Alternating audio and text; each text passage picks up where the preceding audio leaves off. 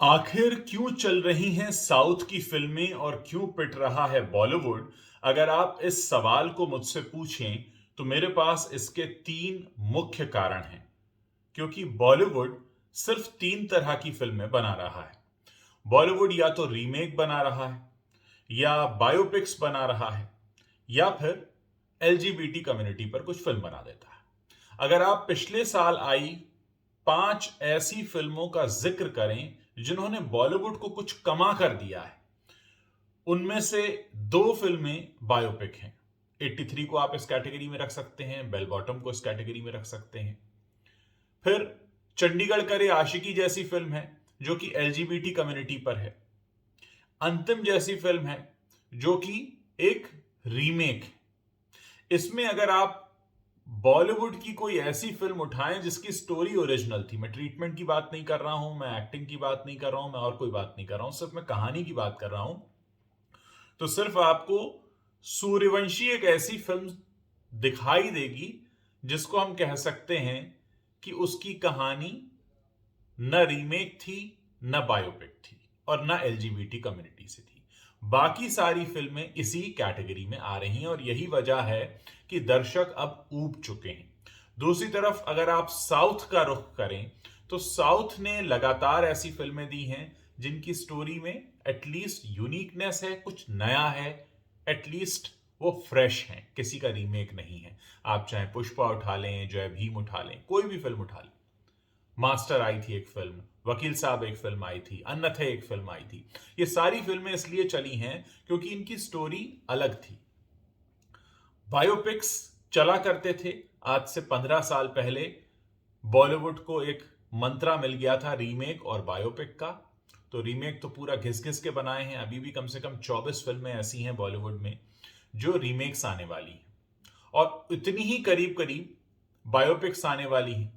क्योंकि अजय देवगन का जो प्रोडक्शन हाउस है, उन्होंने कसम खाई हुई है कि हम जो है कुछ अनसंग हीरोज पर फिल्में बनाएंगे। असल में अनसंग हीरोज पर फिल्म बनाने की जो उनकी धुन है, वो इसलिए नहीं है कि वो वाकई कुछ ऐसी कहानियां कहना चाहते हैं जो नहीं कही गई हैं। असल में कहानियों का अकाल है, कुछ नया फ्रेश लिखने वालों को मौका देना नहीं है, इसलिए वही पुरानी कहानियां वो दिखाना चाहते हैं। एक बात इसमें अच्छी है कि कुछ अनसंग हीरोज को मौका मिल जाएगा देश दुनिया के सामने आने का। लेकिन आप एक बात बताइए, अगर आपको हर दूसरी फिल्म या तो रीमेक या बायोपिक दिखाई जाए, तो फिर आप कितना देखेंगे? हर जॉनर का एक लिमिटेशन होता है। आपको बायोपिक्स पसंद हो सकते हैं, पर क्या आप अपने 1 महीने में जितना कंटेंट देखेंगे सारा बायोपिक हो तो चलेगा? आप बोर हो जाएंगे। आप रीमेक देखकर तो बोर हो चुके हैं, फिर आप बायोपिक देखकर बोर हो जाएंगे। हमको इसीलिए अलग अलग जॉनर्स बनाए गए हैं। थोड़ा रोमांटिक कॉमेडी है, रोमांटिक फिल्म्स हैं, फैमिली ड्रामा है, सिर्फ कॉमेडी फिल्म्स हैं, या हॉरर का जॉनर है, या थ्रिलर है, या मर्डर मिस्ट्रीज हैं, या क्राइम थ्रिलर्स हैं। ये इसीलिए होते हैं। ऐसा नहीं कि एक जॉनर अगर हिट हो गया तो बायोपिक हिट है तो हम उठाकर पिछले 500 लोगों की बायोपिक बनाकर रख दें, तो पब्लिक बोर हो जाएगी। और बॉलीवुड के साथ यही हो रहा है। बायोपिक पर बायोपिक, या फिर रीमेक, या फिर एलजीबीटी कम्युनिटी, या फिर आप कुछ ऐसा दिखा देते हैं स्क्रीन पर जिसको देखने के लिए जो टीनेजर्स हैं वो आने लगते हैं, क्योंकि उसमें आप एक्सपोज करती हुई कोई हीरोइन दिखा देते हैं। तो कुछ नया नहीं है। नया कैसे आएगा? जब स्टोरी पर ब्रेनस्टॉर्मिंग होगी, जब आप बैठकर कुछ निकालेंगे। और कहानियां हमारे बीच से ही निकलती हैं। हमारे बीच में ही कितनी कहानियां हैं, सिर्फ उसको कहने का सही तरीका आना चाहिए।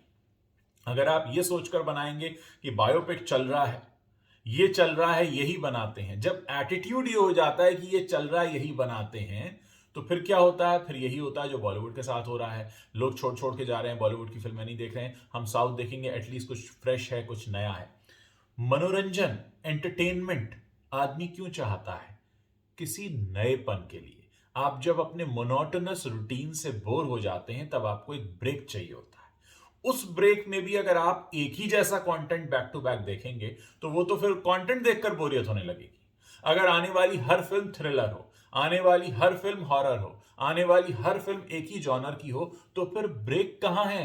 इतने सारे जॉनर्स बने क्यों हैं? नवरस, जहां से कंटेंट की शुरुआत होती है, कहते हैं ना, 9 रस हैं। तो जो 9 रस हैं, ये अलग अलग जॉनर्स हैं, वहां कोई एक्सपेरिमेंट हो ही नहीं रहा है।